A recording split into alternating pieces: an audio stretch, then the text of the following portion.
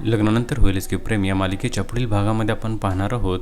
नंदिनी आणि जीवा हे आपल्या येणाऱ्या बाळाची स्वप्ने पाहू लागतात आणि जीवा हा नंदिनीला बोलतो आता आपले बाळ काही महिन्यामध्येच आर्या ही आपल्या हातामध्ये देईल असा विचार करून दोघेही आनंदित झालेले असतात। तर तिकडे आपण पाहतो काव्य ही पार्थला बोलते पार्थात उद्या वड पौर्णिमा आहे परंतु अशा अवस्थेमध्ये मला वडाला फेऱ्या मारता येतील का